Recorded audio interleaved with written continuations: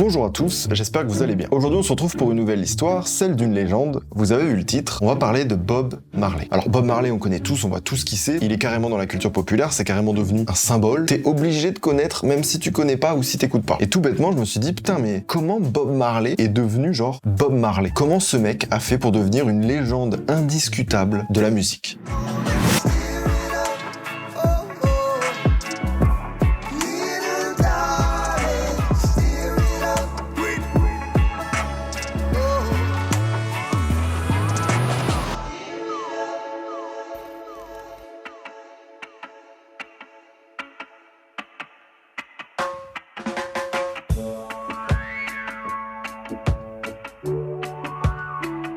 Avant de commencer cette vidéo, sachez qu'elle est sponsorisée par les meilleurs des meilleurs, NordVPN. J'ai fait tellement de choses avec eux, j'ai fait le dernier documentaire, j'en profite pour faire une parenthèse parce que je me suis jamais re-exprimé dessus. Mais merci pour vos retours, pour le petit chemin qu'il a parcouru, c'était trop cool à faire. Et pour les gens perdus qui ne savent pas de quoi je parle, je vais vous simplifier la vie. NordVPN, c'est un service de protection de données. Je travaille avec eux depuis plusieurs années, ils m'accompagnent souvent sur ce genre d'histoire. Et aujourd'hui, on remet le couvert avec Bob Marley.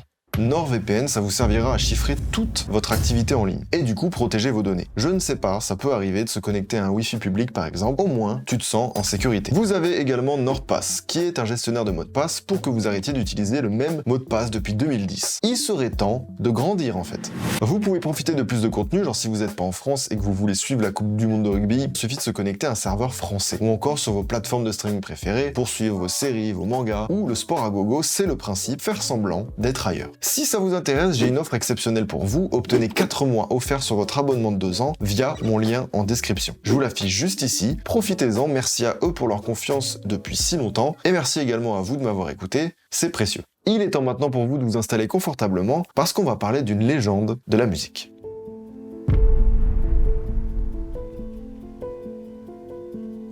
Nesta Robert Marley voit le jour le 6 février 1945 à 9 Miles en Jamaïque. C'est juste là, un tout petit village rural.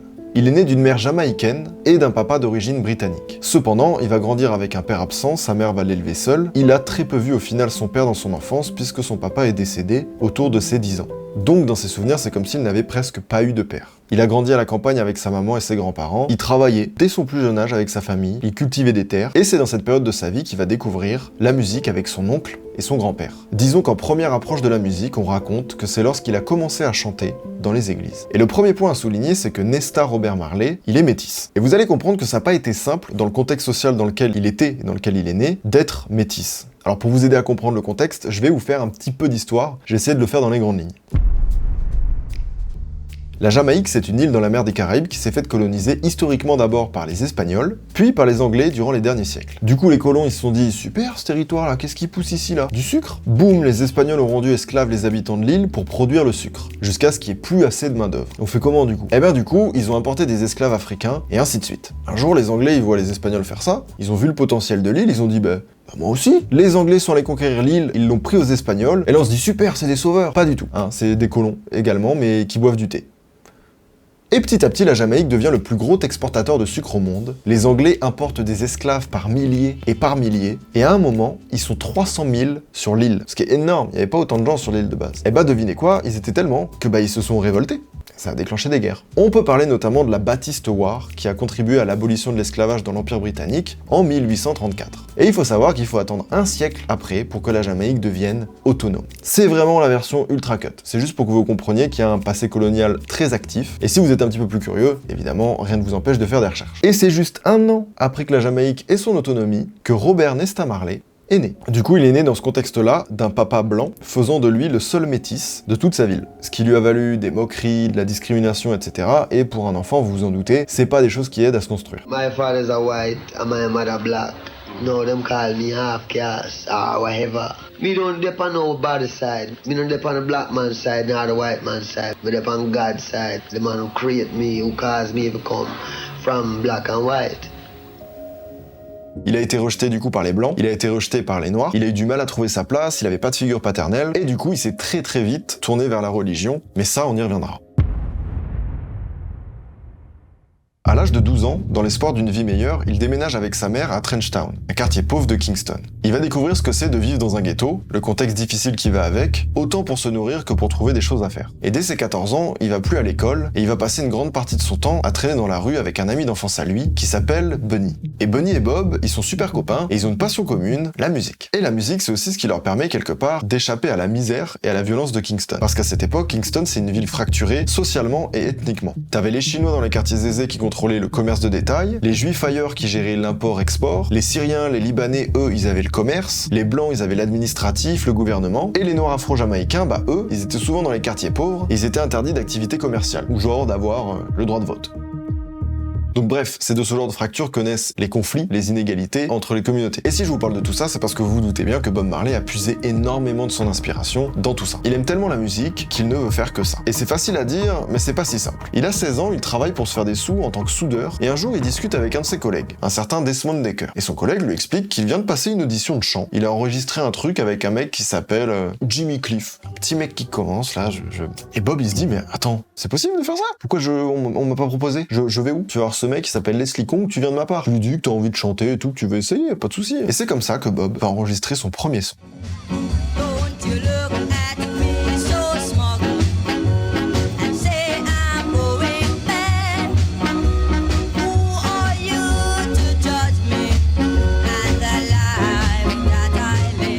Pour rappel, c'est juste un premier test. Il a 16 ans. Le texte parle de ses droits en tant qu'individu, de jugement, des a priori. Il a déjà énormément de choses à dire et sa manière de les dire est déjà très puissante. Donc Leslie Kong qui l'enregistre, il se dit waouh, le petit il a un talent là. Quand bien même que ce soit très bien écrit pour son jeune âge, etc. Tout le monde en a rien à foutre de Robert Nesta Marley. Ça ne prend pas. Il voulait surtout enregistrer un son pour prouver à son pote que c'était possible. Pour eux, c'est leur rêve. Et les deux vont se dire ok, on va faire un groupe. Et dans la foulée, ils vont faire la connaissance de celui qui fermera le trio mythique des futurs Wailers, Winston Heber McIntosh, a.k.a. Peter Tosh. Et à cette période-là, les trois loustics sont pris de passion. En 1962, la Jamaïque gagne son indépendance vis-à-vis du Royaume-Uni, et eux se décident à se consacrer pleinement à faire de la musique, même si c'est pas évident quand tu viens d'un milieu boycotté dans ta propre ville. Mais il y a un truc important dont il faut quand même parler, c'est le ska.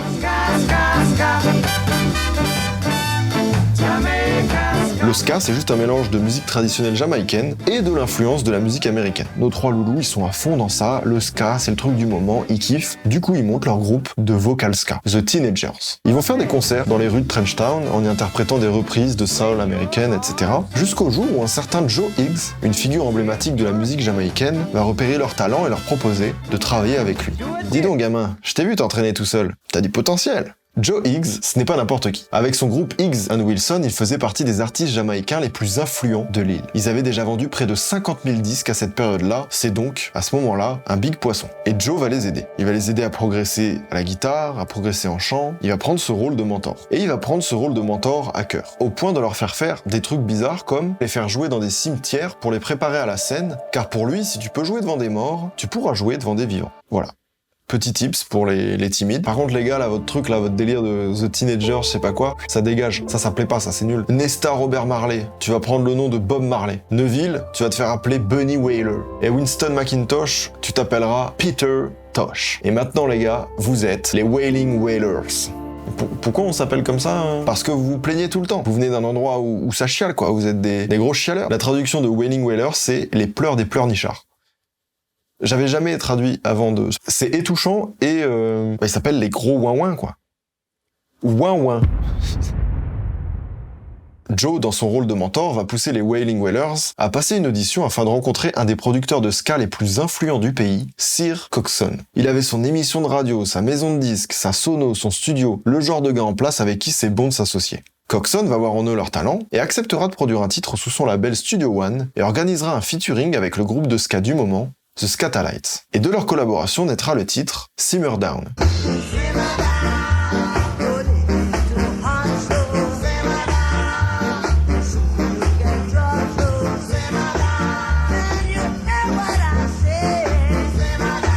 Simmer Down, l'accent de merde. Simmer Down se propage et va devenir peu à peu populaire, jusqu'à devenir le hit numéro 1 de l'île en février 64. 80 000 copies du titre sont vendues, Bob et les Wailers tiennent leur tout premier succès. Suite à ça, les Wailers vont signer avec Studio One pour sortir leur premier album. Bob ira même jusqu'à vivre dans les locaux pour être le plus productif possible et pour donner le maximum de lui. Il donne toute sa vie dans la musique. Les Wailers, ça va devenir de plus en plus ambitieux, ça va s'agrandir, ils vont ajouter au casting une voix féminine. Entre 1964 et 1966, ils vont enregistrer plus de 100 morceaux, des reprises, des compositions originales, pour au final n'en garder que 12. Et ces 12 morceaux, c'est les 12 morceaux qui composent leur tout premier projet, The Wailing Wailers.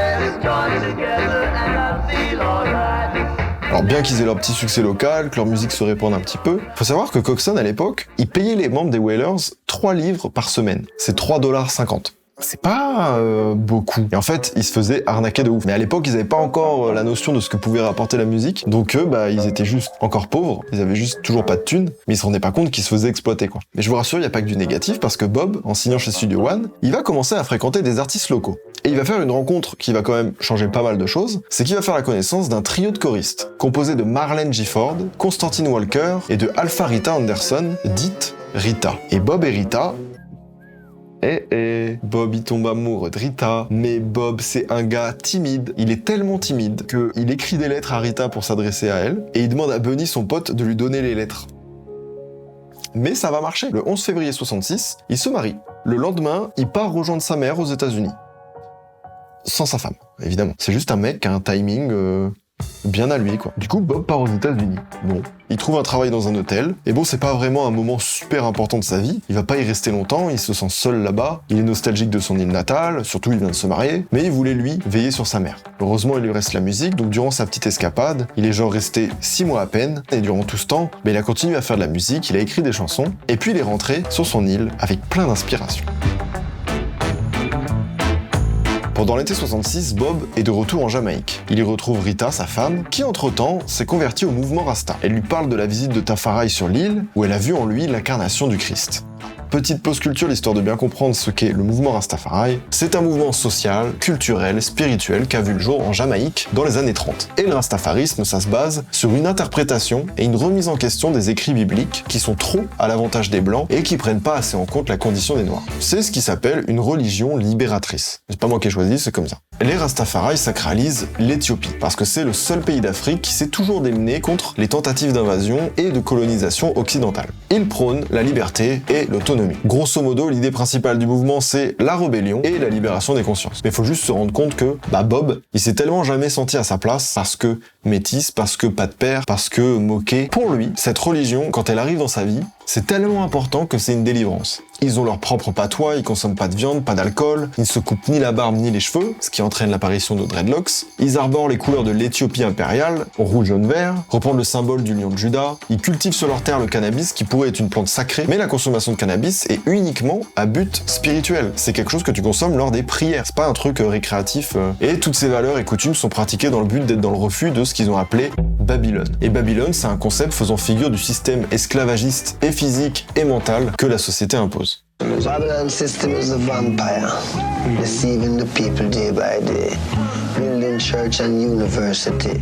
Because now, when you check the church, the Bible is there. The Bible reveals that when Christ comes, he will be the King of Kings and Lord of Lords, right? Now, when we look out, we say, Haile Selassie. I try to tell you that people come from monkey. How come monkey don't change no more? You know what I mean? This is things that we deal with, that the people is God creation. Ce qui l'amènera lui à adopter le mouvement jusqu'à en être son fervent défenseur et dans sa musique et dans sa vie, et du coup à se laisser pousser les cheveux à partir de ce moment-là. D'ailleurs, niveau musique, il se rend compte que le Coxsone, là, le coup des 3,50 $, là, ça pue cette histoire. Il s'engueule, mais il s'engueule pour de vrai, quoi. Il arrête de travailler avec lui, et du coup, rebelote, il se retrouve à 3 avec ses potos, Bunny, Peter.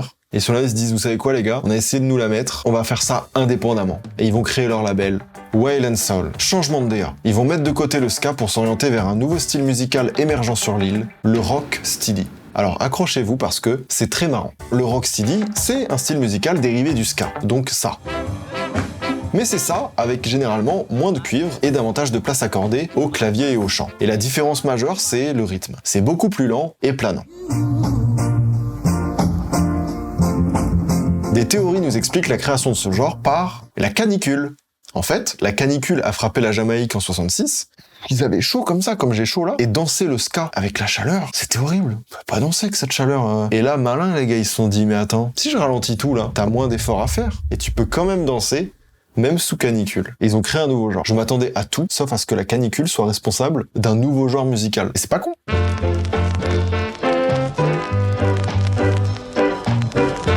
Les Wailers vont donc s'approprier ce nouveau genre et sortir Bend Down Low, qui ne connaîtra pas un succès immédiat.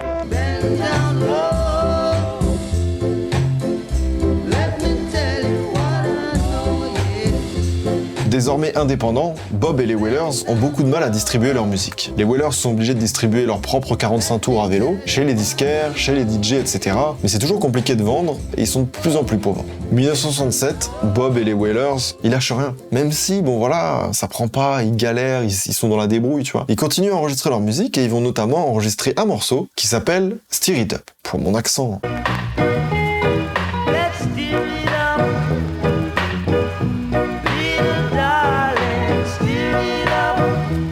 Alors peut-être que ça commence à vous parler, etc. Malheureusement, pour les Wailers, on les entend que sur des pistes de danse, sur des petits DJ, très localement. Parce qu'en fait, à l'époque, c'est les maisons de disques, c'est elles qui avaient les radios. Et donc du coup, elles passaient que les artistes qu'ils avaient dans leur label.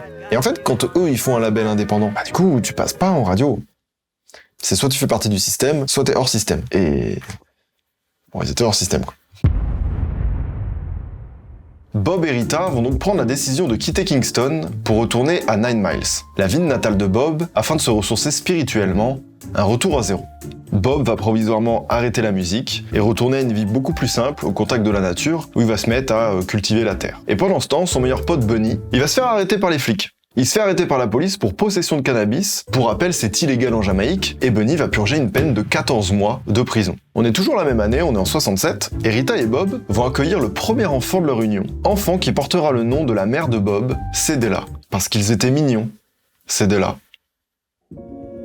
Et puis le temps passe. Bob, Rita et Peter vont leur faire une rencontre plutôt importante. En janvier 68, ils rencontrent le chanteur américain John Nash. Le mec est venu jusqu'ici pour les voir en leur expliquant qu'il souhaite lancer le Rocksteady aux États-Unis, etc., etc. Super idée. Bob, mec super sympa, il va lui donner une espèce de quantité de compositions, d'inédits. Tiens, c'est ça le Rocksteady, fais-toi plaisir. Tiens, voilà, prends. Et dans les morceaux qu'il va lui donner, il y aura le fameux Stir It Up. Toujours pas bon l'accent. Et ce morceau va choquer Johnny Nash. Et Nash va alors proposer à Bob et aux Wailers un contrat international exclusif. Ils ont dit ok. Il faut le dire, depuis le temps qu'ils galèrent, là l'espoir renaît un petit peu. Bend Down Low et Stir It Up sont maintenant diffusés à New York, en France et au Canada, mais c'est toujours pas un succès. Alors les années vont passer à une vitesse folle. Bob et Rita font un deuxième enfant, et c'est toujours la galère, ils ont 0 thune, et vu que c'est pas facile, comme une sorte de porte de sortie, Bob et sa famille vont partir aux États-Unis rejoindre sa mère. On est en 69, et Bob va partir travailler chez Chrysler.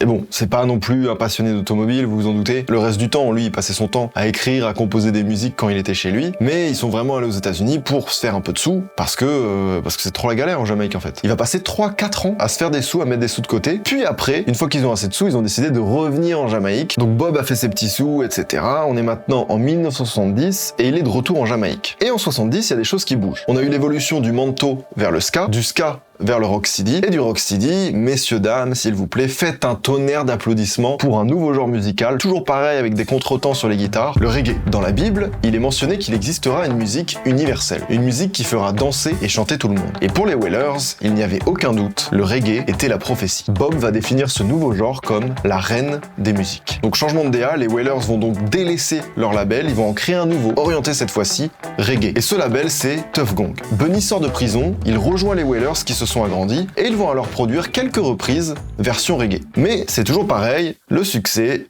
n'est pas au rendez-vous. Il leur faut un nouveau plan. Il n'y a rien qui marche. On va trouver. Bob traverse pour la première fois l'Atlantique pour y rejoindre son ami musicien et producteur Lee Perry en Angleterre, qui lui avait connu un succès chez les Anglais.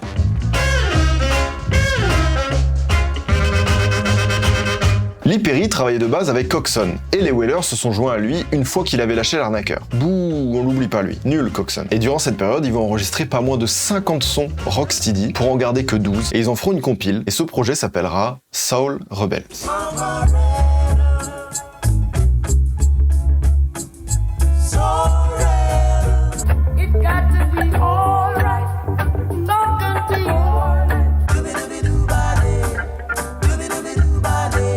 Ce ne sera toujours pas un succès. Je suis désolé, c'est comme ça. L'histoire est telle quelle. Faut rien lâcher les frères, je vous jure qu'à un moment donné ça paye. Retour en Jamaïque, ça charbonne, ça lâche rien, les Wailers vont se mettre à composer beaucoup de nouveaux titres, et cette fois-ci, que du reggae. Et vu que ça charbonne, ils vont sortir une nouvelle compilation de 12 titres. Soul Revolution, partie 2. Sachant que la partie 1 n'existe pas. On sait pas pourquoi partie 2, encore aujourd'hui. Donc bah désolé.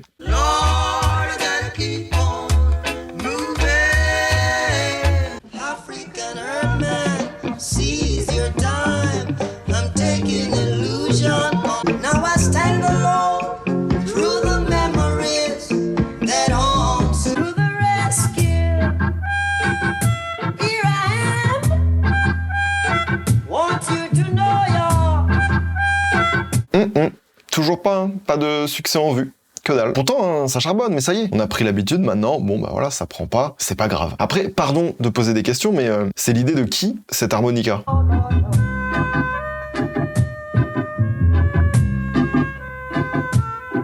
Bon bah ça marche pas.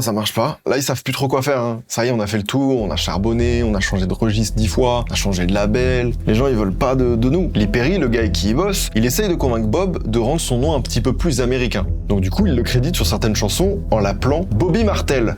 Bobby Martel. Sans prévenir Bob évidemment, du coup ça va le faire chier, il va dire bah... Non, je suis Bobby Martel. Le reggae. Les Wailers sont de moins en moins convaincus par Lee Perry, ils vont donc alors capter un autre producteur jamaïcain. Et ce producteur jamaïcain, il a eu un succès en Europe, notamment grâce à la qualité de ses enregistrements pour l'époque, Leslie Kong. Et normalement, si vous suivez bien, Bob, il connaît Leslie Kong. C'est lui le gars avec qui il a enregistré pour la première fois de sa vie. Les Wailers vont vouloir collaborer avec lui et ils lui fournissent plein de nouvelles compositions. Leslie va alors sortir quelques singles des Wailers, et là vous vous en doutez, faut bien que ça paye à un moment. Mais pas maintenant. Toujours pas. Tout le monde s'en fout de 3 gens comme ça. Ah, sympa.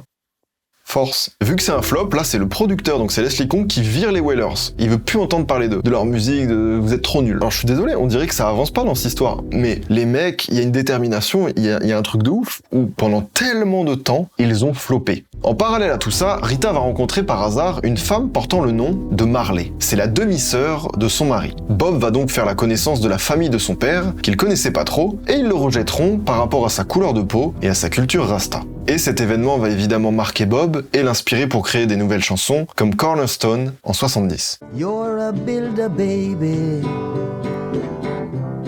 Here I am a stone. Don't you pick and refuse me. 'Cause the things people refuse are the things they should choose. Do you hear me? Fin des années 70, Bob est appelé par Danny Sims, le manager de son pote américain Johnny Nash. Et on lui propose de venir à Stockholm pour composer la musique d'un film suédois, une histoire d'amour entre une Suédoise et un Noir américain joué par Johnny Nash. Pour rappel, Bob, il a pas d'oseille. Du coup, comment refuser? Et donc il saisit l'opportunité, il s'envole seul pour Stockholm, où il va découvrir une nouvelle culture et collaborer avec des artistes non jamaïcains, ce qui est une première pour lui dans sa vie. Du coup, pendant qu'il fait ses expériences à droite à gauche, il retourne en Jamaïque, et un jour, vous vous souvenez le gars qui les a virés là, salement, parce qu'il floppait trop? Leslie Kong sort une compilation qui s'appelle The Best of the Wailers, avec les compositions que le groupe lui avait fournies quelques mois avant, mais sans prévenir. Prévient en fait, Vous vous en doutez, ça se fait pas, Bunny va s'embrouiller de ouf avec Leslie, mais genre en mode menace de mort, tu vois. Ça se chauffe et tout, c'est un enculé. 7 jours après la sortie de la compile, Leslie Kong meurt d'un arrêt cardiaque. Comme s'il y avait eu un karma. Finalement, il y a rien eu à faire. Bref, et cette compilation, The Best of the Wailers, vous vous en doutez, il y a bien un moment donné où faut qu'on parle un peu de positif. Eh ben non, tout le monde s'en fout encore, ça n'a rien changé à l'histoire, ça floppe. Les Wailers vont continuer à jouer localement leur musique et à composer dans leur coin, et puis voilà quoi, ça ne sortira jamais de là-bas. C'est très local et ça permet pas d'en vivre. Mais alors messieurs dames, comment Bob Marley est devenu Bob Marley, le monument international qu'il est? Bob Marley quoi. Je sais que t'as envie de savoir. On arrive en 72 et ça va être une année de fou pour Bob. Déjà, il va être papa de 3 enfants. En parallèle, Johnny Nash, son pote, va signer un contrat à Londres chez CBS où il va enregistrer son plus grand succès.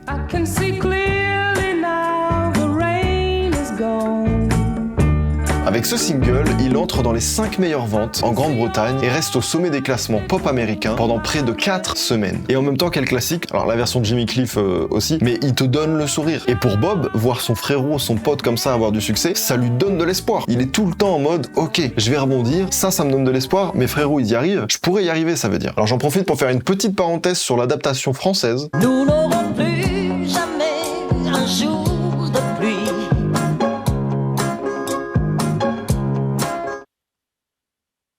C'est moins bien. Et Johnny Nash et Danny Sims sont toujours convaincus que Bob Marley a tout pour connaître une carrière internationale. Ils vont le rappeler pour qu'il signe chez CBS lui aussi, ce qu'il fera. Avec le méga succès de son pote, Bob va accepter de faire des concessions dans sa musique pour sortir un titre voué à percer en Europe et aux États-Unis. Reggae on Broadway.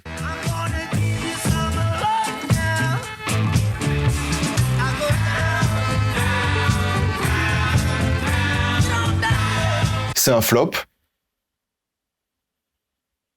C'est pas grave, ses potos ils sont là, ils disent t'inquiète, c'est pas grave, viens quand même faire les premières parties, je te jure, tu vas te faire connaître, nous on croit en toi. Bob va les suivre sur la tournée de Johnny Nash, une tournée d'environ 100 dates, mais ce sera une catastrophe pour Bob. La culture européenne est à des années-lumière de la sienne, et le public n'est pas du tout, mais alors du tout réceptif au reggae, qui est peut-être encore trop récent pour l'époque. Bob il a même fait venir les Wailers, tous, au complet, jusque en Angleterre et tout, ça a quand même pas pris quoi. Non, toujours pas, flop. Danny Sims et Johnny Nash laissent les Wailers en Angleterre, et partent continuer leur tournée aux États-Unis. Et franchement, on peut faire une petite parenthèse 2 secondes sur Johnny Nash et Danny Sims, mais c'est vraiment des frérots. Ils ont donné à Bob une force de fou, ils ont cru en lui, ils l'ont plugué, ils ont tout fait pour le pousser. Ça a pas pris, mais les gars, c'est des vrais frérots quoi. Ils étaient là pour de vrai quoi. Je ferme la parenthèse, ça fait plaisir. Et Johnny Nash, c'est tellement un frère qui va reprendre le titre Stir It Up de Bob Marley et l'ajouter à la réédition de son album cette même année.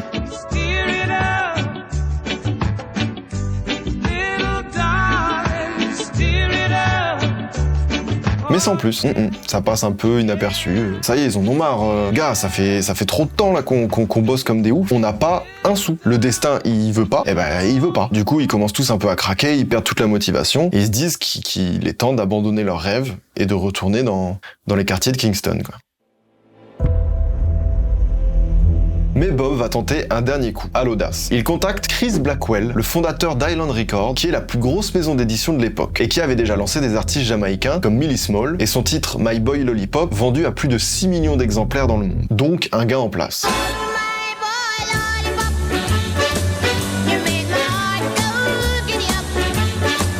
Et même si Bob et les Wailers n'étaient pas connus en Angleterre, Chris avait déjà entendu parler d'eux. Et donc du coup, par conséquence, il a accepté de rencontrer Bob, Peter et Bunny. Les Wailers vont présenter à Chris leur envie de faire un vrai premier album, en lui expliquant qu'ils ont besoin de 4000 livres pour financer ce projet. Les proches de Chris vont le mettre en garde, car selon eux, ces 3 gars-là n'inspirent pas vraiment confiance. Et alors, le truc de fou pour eux, c'est que c'est super bien scripté. Quelques années auparavant, il y a des Rastafari qui avaient sauvé la vie de Chris Blackwell. Donc du coup, lui, ça l'a marqué de ouf. Ils lui ont sauvé la vie parce que son bateau s'était échoué sur une île, etc. Et donc du coup, par son passé, il se sentait redevable et il avait une confiance de fou en les Rastafari, ce qui a joué vraiment dans le fait de se dire on m'a déjà sauvé la vie, donc je vous fais confiance. Ok pour les 4000 livres, mais à une seule condition. Je veux que cet album soit un album de rock parce qu'il est adressé à un public jeune. Ils disent ok. Ouais. Chris Blackwell va alors racheter le contrat de Bob à Danny Sims et leur donner cet argent sans signer le moindre deal. Le culot des Wailers a payé, ils repartent en Jamaïque avec la détermination de créer leur meilleur projet. Avec l'argent, ils vont louer le Dynamic Sound Studio à Kingston pendant plusieurs semaines et ils vont bûcher comme jamais. Ils le savent, c'est leur dernière chance. Et ils n'ont pas envie de décevoir Chris qui, concrètement, était la seule personne leur ayant fait confiance alors qu'ils n'avaient plus d'espoir auprès de personne. Et donc les semaines passent, ils sont au stud, les gars ils cookent, et Chris il est de passage, il vient en Jamaïque voir alors les gars, ça en est où le projet Ouais, pas de soucis, viens écouter et tout. Les Wailers se rendent chez lui, ils branchent les enceintes, etc. Et là, c'est pas du tout un album rock comme ils l'auraient pensé. Les Wailers ont mélangé le rock, la soul, le blues, le funk, le reggae. Ils ont en fait créé quelque chose d'unique, moderne et propre à eux. Catch a Fire était né.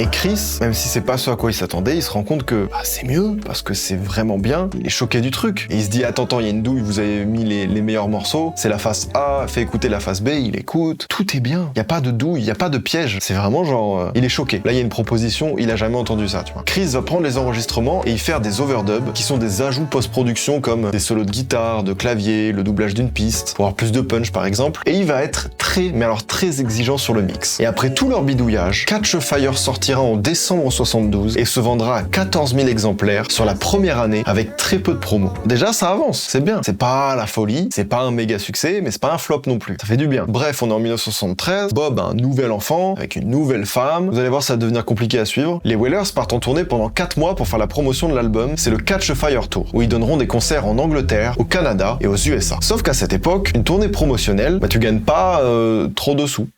C'est une tournée pour te faire connaître. Et les Wailers, ils avaient pas trop compris ça. Ils étaient là en mode, mais du coup, là, tout ça, là, tout ce qu'on fait, la tournée, les trucs et tout, pourquoi on gagne pas de sous? En fait, à l'époque, il y avait des tournées promotionnelles. C'était vraiment le but. Et ça les a saoulés. Bunny va être dégoûté au premier degré par cette tournée. Il est épuisé et il va prendre la décision de quitter Bob, son ami d'enfance, et tous les Wailers pour retourner en Jamaïque et se consacrer à une carrière solo. Pour remplacer Bunny, les Wailers vont appeler ce bon vieux Joe Higgs, le chanteur-musicien qui était leur mentor au tout début de leur carrière. La collaboration entre Chris et les Wailers va continuer, puisqu'ils vont reprendre 4000 livres pour faire un deuxième album. Mais avant de faire cet album, encore une fois, ça tombe du ciel. Il y a une réédition qui sort sans prévenir personne de Soul Revolution partie 2, et c'est Lee Perry, le gars à qui ils avaient donné genre tellement de compositions, et ils ont pas les droits sur ça. Bob et Lee vont évidemment s'embrouiller pour ça. On rappelle que les Wailers avaient fourni à Lee 50 enregistrements de rocksteady, et peut-être même plus pour le reggae. Le gars a donc coffré des dizaines et des dizaines de sons, et il est libre de les exploiter quand il veut, tout simplement parce qu'il en détient les droits. Et cette réédition portera le nom de African Herbsman, et contiendra quelques nouveaux sons, tels que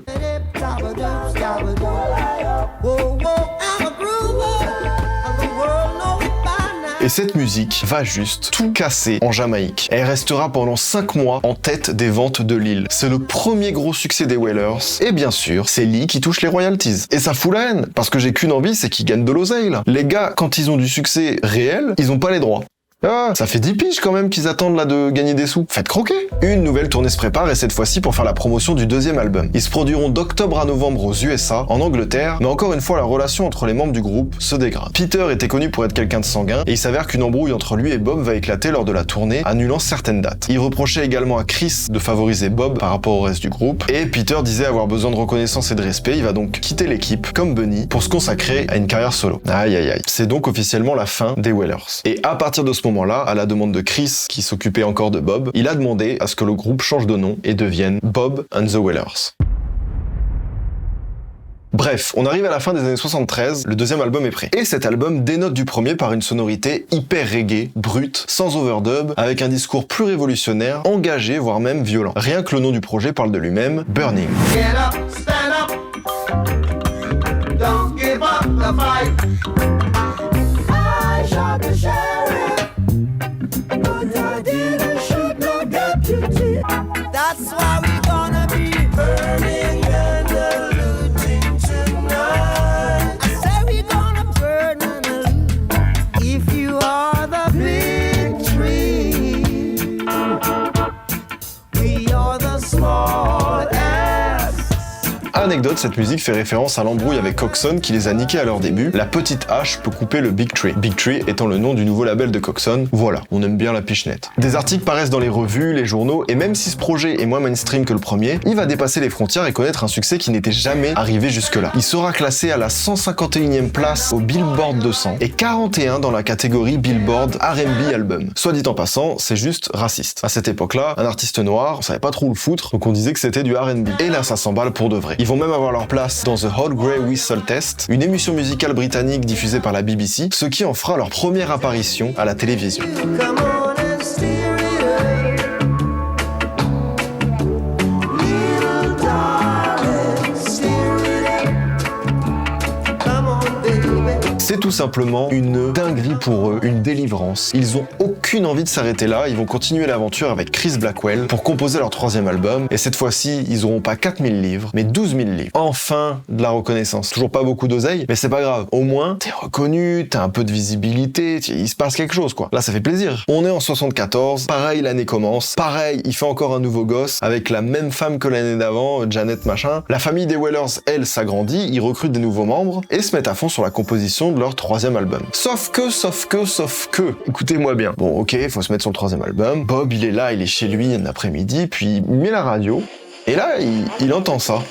I shot the sheriff, but I did not shoot the Et là, Bob, il commence à péter un plomb, il est choc-barre de fou, il comprend pas. Il vient juste d'entendre sa musique, repris par un autre gars en mode blues, je sais pas quoi. Eric Clapton, c'est quoi ce truc? Qu'est-ce que c'est? Il va se renseigner et apprendre que ce gars est un guitariste anglais qui vient de sortir son 2e album solo, avec dedans I Shot the Sheriff. Et cette reprise est classée pendant 9 semaines dans le top 10 des charts en Angleterre. Et 14 semaines à la première place du Billboard américain. 14 semaines. C'est long. Il était pas au courant. Il le découvre à la radio, alors qu'il est en Jamaïque. Imagine comment tu te sens. Et là, Bob, il pète un plomb, ça y est, c'est trop. Toute sa vie, on lui a fait ça. C'est pas bien. Il y a un anglais à la con, là. Je sais même pas qui c'est. Il reprend ma musique, il fait top 1 Billboard. Je galère depuis 10 piges. J'ai même pas d'oseille pour m'en sortir. C'est trop. Chris va contacter Eric Clapton et va imposer que le nom de Bob Marley figure en tant qu'auteur, ce qui va finalement se produire. Grâce à ça, Bob va commencer à attirer l'attention des Américains. À cause du contrat qu'il avait signé en 68 avec Johnny Nash et Danny Sims, tous les droits d'auteur générés par le succès mondial de I Shot the Sheriff revenaient presque intégralement à leur maison d'édition Caïman Music. Donc Bob décida d'utiliser les noms de ses amis pour signer ses nouvelles chansons. C'est terrible. Si un gars qui mérite un peu, c'est lui. Laissez-lui un peu à manger,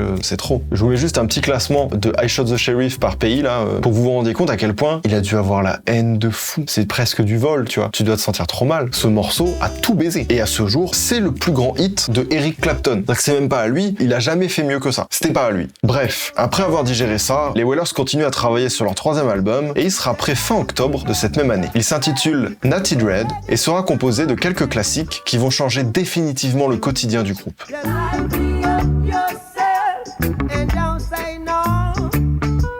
No woman no cry.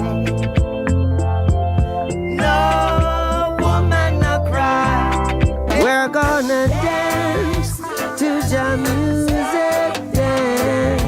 Not this dreadlock in a Babylon. What's wrong with you, my brother? So just said, I've been down on the rock for so long. I don't wanna live in the park. Avec l'arrivée de nouveaux membres, les Wailers ont créé un album riche musicalement, avec des nouvelles sonorités comme des synthés, des solos de guitare électrique, de la flûte. Ce projet sonne toujours reggae, mais avec une très forte influence soul qui, à cette époque, avec le funk, est la musique la plus populaire aux USA. Les Jamaïcains se mettent enfin à écouter Bob, et il devient une star dans son pays. Aux États-Unis, l'album va être classé 92 au Billboard 200 et 44 au Billboard R&B. Et là, tu le sens. Et là, ça y est, ça roule. Sa musique prend. Les gens commencent à l'aimer. Chris Blackwell, il veut garder sa pépite. Du coup, ce qu'il va faire, c'est qu'il va proposer à Bob un gros contrat. L'histoire de le sécuriser et de se dire, allez, on a fait le petit bout de chemin ensemble, ça pète en ce moment, viens, on se sécurise. Et du coup, Bob va négocier son contrat à sa manière. Bob veut récupérer la maison située au 56 Hope Road à Kingston. Parce qu'il y passe déjà beaucoup de temps, c'est là où il travaillait avec les Wailers depuis Burning. Et ce n'était pas n'importe quelle maison. Elle appartenait à Chris et était située dans un quartier interdit aux Rasta, dans la même rue que la résidence du Premier ministre. Chris va accepter, il lui laisse donc cette maison à partir du début d'année de 1975. Bob y établira son QG. Cette maison deviendra un lieu de regroupement où chaque personne pourra venir vivre un moment unique dans la paix et la liberté. Il y avait en permanence du monde chez lui, genre beaucoup de monde, ça chantait, ça criait, ça jouait au foot, bref, c'était vivant. Il avait ramené le ghetto chez les riches. Et tu pouvais être un gangster, un saint, un politique, ce que tu veux, tu pouvais venir dans cette maison à une seule condition, c'est que t'enlèves tous tes artifices. Maquillage, armes, tout ce qui est Babylone. Et c'était même pas l'endroit où il y avait sa famille, etc. Ses enfants n'y habitaient pas. C'était juste vraiment un squat, mais un espèce de lieu d'union. Début 75, du coup, on est donc du coup re-enfant, avec re-nouvelle meuf. Bon voilà, bref. Bob et les Wailers préparent une nouvelle tournée et programment leur premier stade. Ce sera le 8 mars 1975 au National Aero Stadium de Kingston. Et pour cet événement, Bob et les Wailers vont inviter un petit groupe qui cartonne aux USA pour faire la première partie, les Jackson 5, un truc comme ça. Sympa de mettre des petits gars en avant et tout. Et ce concert fut l'un des concerts les plus mémorables mémorable de l'histoire de la Jamaïque. 1h30 de première partie. Puis Bob et les Wailers, Bunny et Peter sont remontés sur scène pour l'occasion, ils ont reformé les Wailers originels, évidemment, et ils ont poursuivi le show jusqu'à 4h du matin devant près de 60 000 personnes. Et ça y est, la machine est lancée, le Natty Dread Tour est maintenant prêt à être entamé. Les Wailers vont se produire dans les plus grandes villes des États-Unis, du Canada, du Royaume-Uni. Il y avait même les Rolling Stones qui venaient à leur concert et tout, ça devient très sérieux. Le 17 juillet 1975, Bob et les Wailers vont monter sur la scène du Lyceum à Londres et ils vont y vivre un concert incroyable. Et la communion avec la foule était telle que le lendemain, sur cette même scène, le groupe va profiter de cette énergie pour enregistrer leur premier album live. Et c'est cet album qui va propulser Bob au rang de star international. No woman no cry.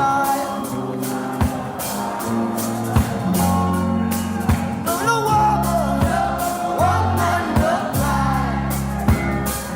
Cette version va être le single le plus populaire de sa carrière. Il sera écouté en Australie, en Autriche, au Brésil, en Finlande, en France, en Italie, en Nouvelle-Zélande, etc. Bref, cette musique aura un impact de fou sur la planète, d'accord? Et d'ailleurs, No Woman No Cry, ça veut pas dire pas de femme, pas de pleurs, c'est juste une déformation du patois jamaïcain qui dit No Woman No Cry. Et ne, c'est le ne de la négation, quoi. En vrai, le titre aurait dû être No Woman Don't Cry. La tournée s'achève en juillet, Bob et les Wailers retournent en Jamaïque et retrouvent Kingston. Mais le climat n'est plus du tout le même que lors de leur départ. La ville est complètement divisée en vue des élections prévues l'année suivante. Les guerres de gangs se sont politisées entre les pro-JLP, un parti politique conservateur représenté par Edward Seaga, qui voulait se rapprocher d'un modèle capitaliste américain, et les pro-PNP, un parti à tendance communiste qui est dirigé par le ministre actuel Michael Manley, qui lui veut se rapprocher du président cubain Fidel Castro. Et à cette période-là, au sein d'un même quartier, il y avait des guerres de gangs entre les deux partis, parfois même dans la même rue. Ces guerres rendaient mal Bob, qui voyait des jeunes s'entretuer pour le compte des politiciens qui, au fond, n'en avaient rien à foutre. Ils divisaient juste le peuple pour mieux régner. Les semaines passent, et Don Taylor, c'est le nouveau manager de Bob, on n'a pas parlé, mais voilà, va recevoir un petit coup de fil. À Skip, il y a un gars, là, Stevie Wonder, qui veut venir faire un concert caritatif et tout en Jamaïque. Tu penses que c'est possible que Bob y vienne? Le Wonder Dream Concert, c'est un concert caritatif pour les aveugles jamaïcains, organisé par Stevie Wonder au National Hero Stadium de Kingston. Comment refuser? Le concert aura lieu le 4 octobre 1975. Pour cet événement, Bob va une nouvelle fois inviter Bunny et Peter à monter sur scène pour former les Wailers originels. Ce fut la dernière fois qu'ils se présenteront sur scène ensemble. Ce soir-là, comme un symbole, ils joueront une dernière fois Simmer Down, qui était leur premier morceau ayant reçu du succès sur leur île.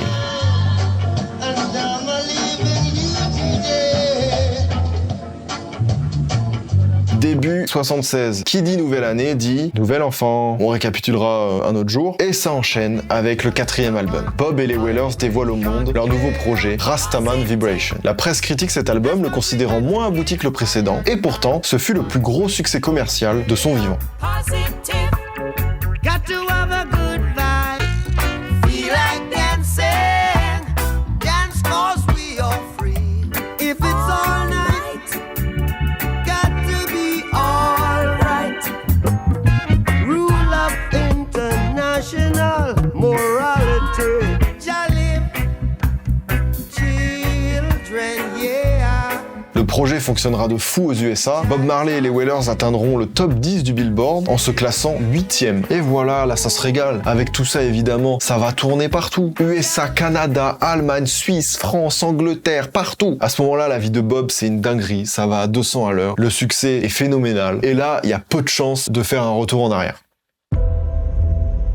À son retour de la tournée, Bob a toujours en tête ce concert qu'il a fait avec Stevie Wonder, parce que c'était un truc de fou, et ça va lui donner une idée de faire un concert gratuit, lui aussi, le Smile Jamaica. Et avec ce concert, il espère apaiser les tensions qui ne cessent de s'accroître en Jamaïque. Il va sonner chez Manley, le premier ministre actuel, qui du coup habitait juste à côté, parce qu'il avait la maison dans le quartier, et il va lui proposer. Manley va adorer l'idée, et tous les deux ils vont se mettre d'accord sur le lieu et la date du concert, et ça aura lieu le 5 décembre 1976. Bob va reprendre sa vie dans sa maison à Hope Road, où il va continuer à recevoir du monde, que ce soit des gangs pro-PNP ou pro-JLP, mais tout s'y passe bien. Bob a des amis dans les deux camps et s'entend bien avec tout le monde. Sa maison, c'est peut-être le seul endroit dans Kingston où les gangs ennemis se croisent sans se tuer et même ils jouent au foot ensemble. Seulement voilà, 2 semaines après l'annonce du concert, on se rend compte d'un truc, c'est que Manley a voulu juste anticiper les élections qui arrivaient. Par conséquent, cette action de vouloir faire ce concert a été pris comme une prise de position politique de la part de Bob. Alors que lui, de base, il s'en bat les couilles. Il voulait juste faire ça pour unir les gens, tu vois. Et donc, relou. Manley a voulu profiter de la notoriété grandissante de Bob, etc., pour gagner des voix aux élections, et du coup, ça le fait chier. Bob, il se retrouve au milieu de ça et il est là,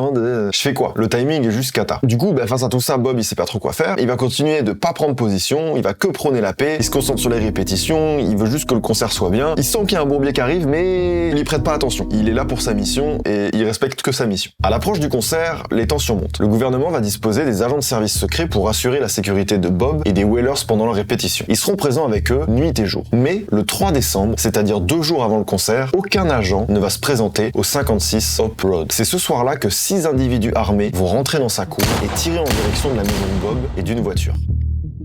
Don Taylor, le manager de Bob, s'écroule sur le sol, blessé aux jambes et au torse. Louis Griffith, un employé du groupe, va également être blessé à la poitrine. Rita, sa femme, reçoit une balle qui la blesse à la tête et une balle va érafler le torse de Bob pour venir se loger dans son bras gauche. Ils seront rapidement évacués vers l'hôpital de Kingston et par chance, que dis-je par miracle, personne ne va mourir ce soir-là. Alors qui étaient ces mecs, ces 6 individus? Pourquoi vouloir tuer les Wailers? Même encore aujourd'hui, on ne sait pas pourquoi. Can you tell us if you know what is the reason the newspaper said someone tried to kill you? It was true that I get shot here. I'm not on chest, but I mean, Who are they? just Are your people. enemies? Socialist, fascist? I don't know who them is. Them, we never really get to really find out who it was. White people. Or black people? The system. Du coup, vous vous en doutez, à quelques heures du concert, on ne sait même pas si les Wailers vont pouvoir assurer le show, ce qui est compréhensible. Mais pour Bob, ce n'est même pas une option. Ils vont quand même faire ce concert. Je sais pas si vous vous rendez compte du mental du gars, de ce qu'il vient de vivre et ce qui vient de lui arriver. Lui, il est en mode mission. Il est là, rien ne va m'arrêter, on veut m'arrêter, on m'arrêtera pas. Et le 5 décembre, Bob et les Wailers vont se présenter sur la scène du Smile Jamaica devant 80 000 personnes. À son arrivée, Bob Marley va déboutonner sa chemise et exhiber ses bandages.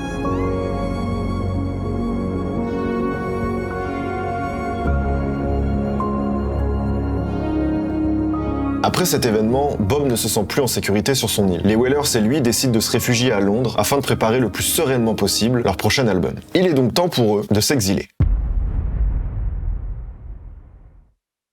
En 77, les Wailers arrivent à Londres, ils louent une espèce de méga baraque, chacun son étage. Ils étaient tous ensemble, une big coloc où tout le monde faisait de la musique. Imaginez l'odeur de weed et en vrai de vrai s'éloigner des tensions, des polémiques, etc. C'était la meilleure chose qui pouvait arriver à Bob. Ce qu'il cherche avant tout maintenant, c'est d'avoir l'esprit libre pour pouvoir faire de la musique proprement. Pour lui, s'il avait survécu à cette tentative d'assassinat, c'est parce que Dieu lui réservait encore des choses à vivre. Et à partir de là, il croqua chaque seconde que la vie lui donna. De cette période londonienne, très prolifique musicalement, le groupe va décider de garder 20 morceaux uniquement qui composeront leurs 2 prochains albums. Le premier à voir le jour est le mythique Exodus. There's a natural mystic flowing through the air.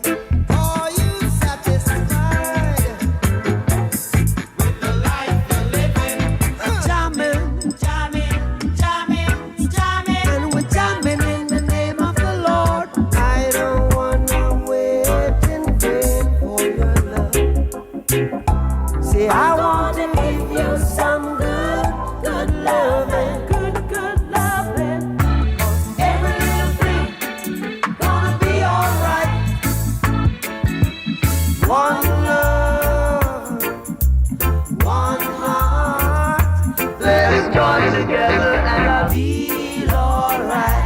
Et là les amis, l'album est juste incroyable, que des classiques. On y retrouve toute l'essence même de Bob Marley. On a des sons très engagés, révolutionnaires au début du projet, ensuite on passe par des chansons d'amour, et le projet se termine même par un message de paix et d'union universelle. Le magazine Times le nommera meilleur album du XXe siècle. Voilà.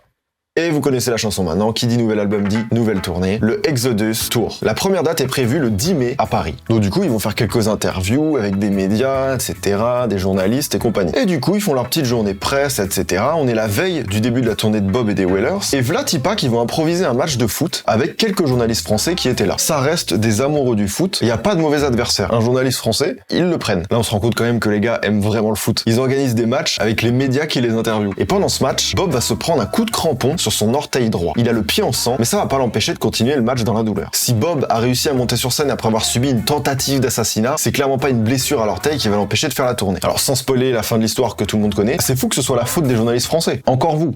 Bref, le groupe va enchaîner 15 dates en Europe, mais voilà, la douleur s'est intensifiée de plus en plus, son orteil s'est complètement infecté, et là la douleur ça commence à rendre tout Impossible. Du coup, son équipe, ils voient vraiment un orteil qui ressemble à un oignon de pu, quoi, infecté. Ils se disent, ah, peut-être, on va t'emmener à l'hôpital, hein, mon ref. Et après une batterie de tests, le verdict tombe. L'infection est trop importante pour ne rien faire. Les médecins recommandent d'amputer l'orteil afin de stopper la propagation. Parce que vous le savez peut-être, mais d'une infection, même la plus minime, il y a beaucoup de problèmes qui peuvent être engendrés. Parce que une infection, ça se propage. Du coup, Bob, il se retrouve dans cette situation où on se dit tous, gars, va à l'hôpital, non? Sauf que son entourage refuse. Parce que selon eux, en fait, si on l'ampute de son orteil, ça va l'empêcher de danser sur scène. Et en fait, d'imaginer Bob ne pas danser sur scène, c'est inimaginable. Donc l'orteil reste comme il est. Discutable. Et même un peu plus sérieusement, dans les principes Rastafari, tu dois prendre soin du corps que Dieu t'a donné. Et l'amputation, c'est vu comme une dégradation de son propre corps, au même titre que des tatouages ou quoi que ce soit. Et au-delà de son entourage ou des principes Rastafari, si vous vous demandez ce que Bob, lui, en pense, il se dit non, hors de question, je vais plus pouvoir jouer au foot.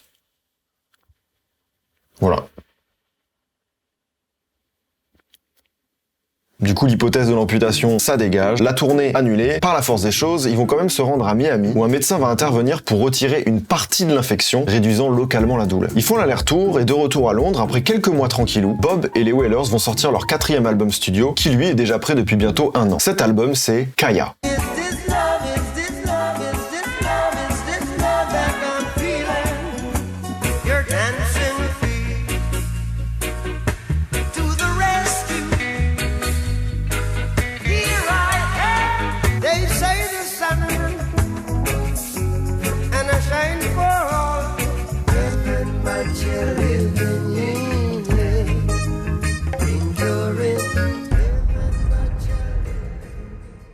Pendant ce temps, en Jamaïque, les élections sont terminées. Mais la situation reste plus que critique. Les gangs pro-PNP continuent à faire la guerre aux gangs pro-JLP. Kingston est toujours le théâtre de fusillades entre les deux camps, faisant des victimes parmi les gangs, mais aussi des enfants. Face à cette guerre civile, Bob veut dialoguer avec les chefs de gang pour trouver une solution. Il va inviter des représentants des gangs, qu'il côtoyait quand il résidait à Hope Road, à venir à Londres pour débattre et discuter de la situation. Et suite à cet échange avec les chefs de gang, Bob et les Wailers vont décider de retourner en Jamaïque pour faire un concert avec plein d'artistes jamaïcains, le One Love Peace concert. Ce concert était vu par les médias comme le Woodstock du tiers-monde. Ils vont prendre l'avion et leur arrivée sur l'île va mobiliser une immense foule. Tout le monde veut accueillir la pépite du pays, enfin de retour, après plus d'1 an d'exil. Ce soir-là, 16 artistes vont se présenter devant plus de 100 000 personnes. Bob et les Wailers vont quand même monter sur scène malgré le risque de fusillade. Ils vont clôturer la soirée et ils vont livrer une performance ouf. Pendant la prestation, Bob va marquer un temps d'arrêt et improviser une scène impensable. Il va demander à Edward Sega et Michael Manley de monter sur scène. Les deux leaders politiques sont embarrassés par la demande car c'était pas prévu, mais ils vont quand même monter sur scène aux côtés des Wailers. Ils vont se serrer la main et Bob va tenir un discours d'unité et de paix. L'image de cette accolade est historique, surtout en pleine guerre civile.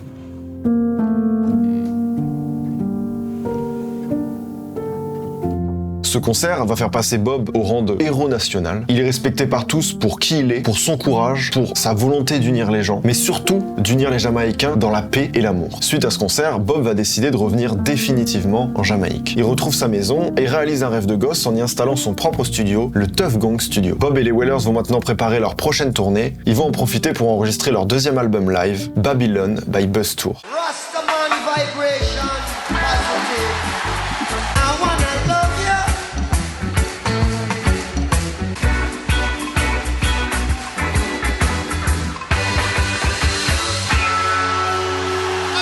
Fin 78, Alan Cole, un ami de Bob qui est devenu coach de football pour un club éthiopien, va l'inviter à venir en Éthiopie. L'Éthiopie qui, pour n'importe quel rasta, je vous le rappelle, est la terre promise. Il va y aller et ce voyage va complètement bouleverser Bob, à tel point qu'il décide à ce moment-là que son prochain album sera dédié au continent africain. La tournée se passe bien, il continue encore et encore et encore à grimper en popularité. Il joue maintenant dans des pays où il était encore jamais allé, comme le Japon, la Nouvelle-Zélande, l'Australie, Hawaï. Et toutes ces expériences amènent à une autre. Vous connaissez la chanson maintenant. Avec les Wailers, il va se mettre à travailler dans son nouveau studio. Ils ont fait le plein d'inspiration et de ces sessions va sortir début octobre 79, leur 5e album, Survival.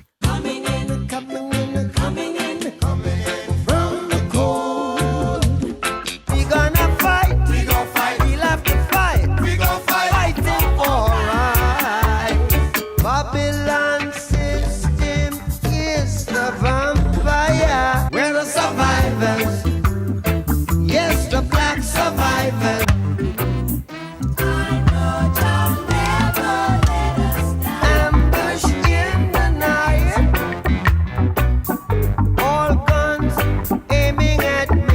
Comme prévu, l'album est orienté sur le continent africain. Sur la pochette du projet, on peut y voir un bateau négrier entouré de plein de drapeaux africains. Et suite à cet album, ça y est, on peut dire que l'impact de Bob est international. Là, ça y est, on va arriver en 1980, le mec, les 5 continents l'écoutent, c'est une superstar partout, et quand on sait d'où il vient et surtout pourquoi il est connu, c'est le meilleur Disney en fait. En 1980, il va même être invité à faire un concert au Gabon pour l'anniversaire du président Omar Bongo, considéré par certains comme un dictateur car il est resté 42 ans à la tête du pays et qu'il aurait détourné beaucoup d'argent freinant le développement du pays. Bref, durant ce concert, Bob va rencontrer sa fille, Pascaline Bongo, et il aura même une relation avec elle. Voilà, apéro, anecdote, tout ça. Bob et les Wailers ont joué plusieurs concerts au Gabon et l'État allait payer une somme importante pour sa venue. Mais voilà qu'avec le succès, les gens gourmands sont jamais bien loin. Son manager Don Taylor a menti sur le montant pour se garder une très grosse commission. Il y a toujours un relou qui vient tout gâcher. L'Afrique est trop importante pour Bob et il n'a vraiment pas apprécié le move. Pour lui, son pote n'avait pas volé son argent, ils avaient volé l'Afrique. Et par rapport à ses convictions, c'était trop pour Bob. Il a donc envoyé une patate de l'espace à Don et Bob et son équipe, ils l'ont interrogé pendant 3 heures pour comprendre ses raisons. Pour tout vous dire, on raconte même qu'ils l'ont suspendu par les pieds au bord d'un balcon pour le faire parler, comme dans les scènes de films là.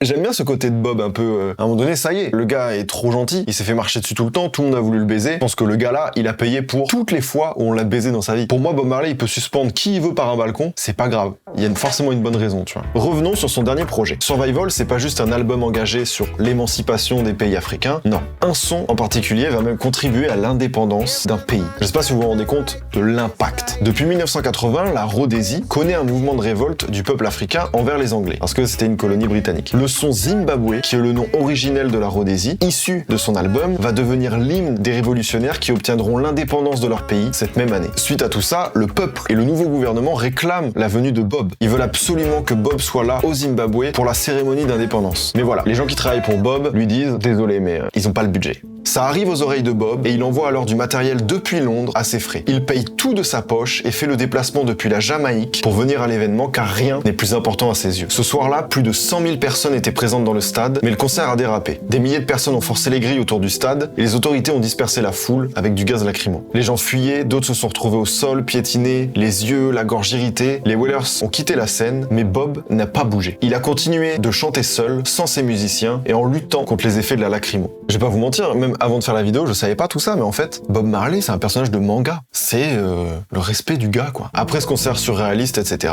Bob et les Wailers retournent en Jamaïque, et je crois qu'ils en sont à leur, 8e album. Ils vont donc publier Uprising, qui, sans le savoir, sera leur ultime projet au complet. It is a sweet light coming in from the cold in a rubbered up sky. Zion train is coming our way. A pimp's paradise, that's all she was now. Could you be loved? Oh yeah, let me love.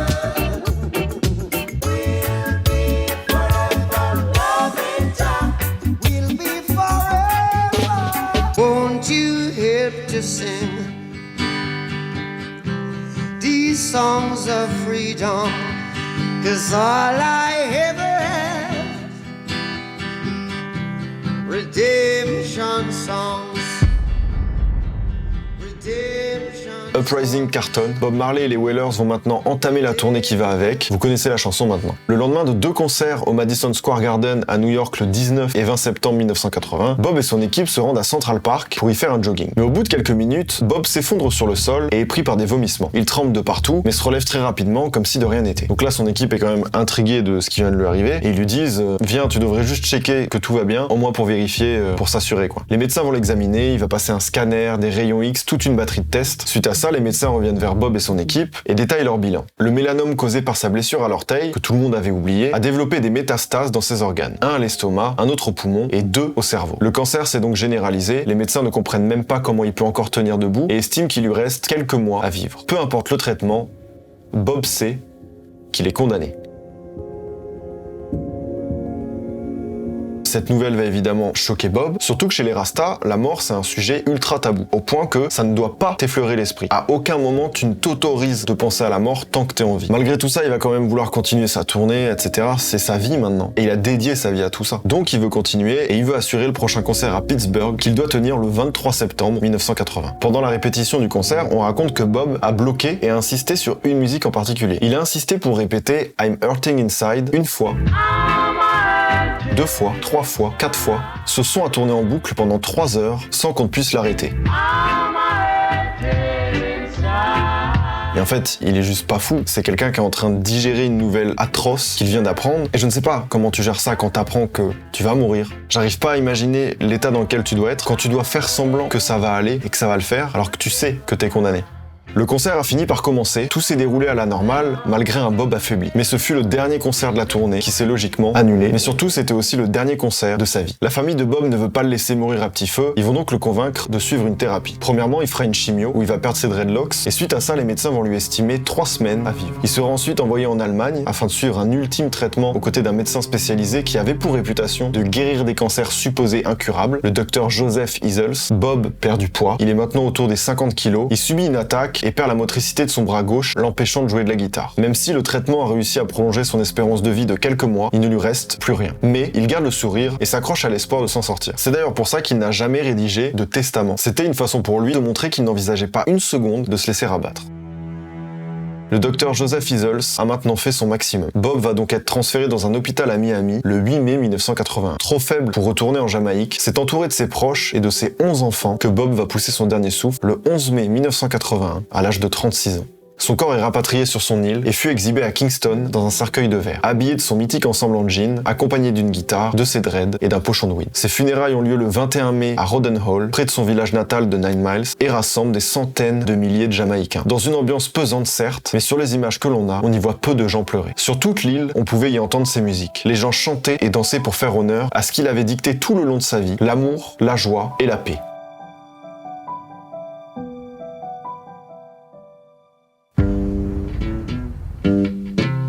L'artiste en lui-même est tellement énorme et il y a trop à dire sur l'impact qu'il a eu dans le monde. Déjà, Bob Marley est parti de rien, mais quand je dis rien, c'est le néant. Né dans une campagne, loin de la ville, dans un pays où à l'époque les Noirs n'avaient absolument pas les mêmes droits que les Blancs, il a réussi à devenir une star mondiale avec des chansons qui lui sont propres et des valeurs qu'il véhiculait depuis petit. Il voulait vivre de la musique et donc gagner de l'argent avec celle-ci, mais ce n'était pas pour cette raison qu'il composait et écrivait. Il s'est battu avec des maisons de disques pour que sa musique soit diffusée le plus largement possible, pour que le monde entier ait accès à sa philosophie dans l'humble espoir d'obtenir un monde plus juste et égalitaire. Le projet est tellement utopique et énorme qu'il était pris pour un fou à l'époque, mais là où sa musique était diffusée, peu importe si l'anglais était la langue principale, on y constate des mouvements de révolution et de contestation dans plusieurs pays. Beaucoup d'États à cette époque connaissaient des mouvements de rébellion, la Jamaïque évidemment, le Zimbabwe, la France, avec les étudiants en 68, et il y a même des pays qui ont censuré sa musique ou distribué des CD partiellement rayés pour éviter toute motivation à se rebeller, comme en Afrique du Sud pendant l'apartheid. Et je vous dis, tout ça c'est fou. En fait, la configuration telle qu'elle est d'un mec qui part de rien, dans un pays où il n'a même pas les droits, à devenir une star internationale en ne prônant qu'une chose, l'amour, la paix, c'est la configuration et le contexte dans lequel tout ça a émergé qui fait que Bob Marley, c'est une légende de la musique. Quand on parle de musique, d'impact, etc., si on est objectif, je pense pas qu'il y ait 5 artistes comparables à Bob Marley, en termes d'impact de tout. En fait, je me torture l'esprit à le mettre en comparaison avec d'autres légendes de la musique, et en fait, Bob est toujours plus impactant. Et c'est ouf, c'est abusé. Manu Chao, lors d'une interview, a dit qu'un t-shirt de Bob Marley était plus utile qu'un gilet pare-balles pour traverser les quartiers les plus chauds dans le monde. Et franchement, vu l'impact qu'a eu Bob, je trouve pas ça si débile que ça. Certains Rastas le considèrent même comme la réincarnation de Jésus au détriment de Sélassié Ier, c'est dire l'impact qu'il a eu. Loin de l'image cliché d'un Rasta, Bob, c'était pas un babos totalement ravagé par la weed. Peace and love, oui, ok, mais c'était un dur dans l'âme, et y a pas le choix quand tu viens de Trenchtown. À titre personnel, je ne veux aucune embrouille avec un Rasta jamaïcain. Bob avait une hygiène de vie de dingue, une alimentation saine, une recherche constante de l'équilibre, de l'entretien, du corps et de l'esprit. Pas un jour ne passait sans qu'il se dépense physiquement avec des jogging, de l'escalade, bien évidemment le foot, qui va même lui créer ce mélanone qui finira par le tuer et le hisser au statut de légende. Voilà, que dire. Et après Bob, c'est tout ce qu'on a découlé jusqu'à aujourd'hui. Tout le monde a un peu de Bob Marley, tout le monde a ses rêves, parfois clichés, mais en fait, quand un cliché de toi-même existe,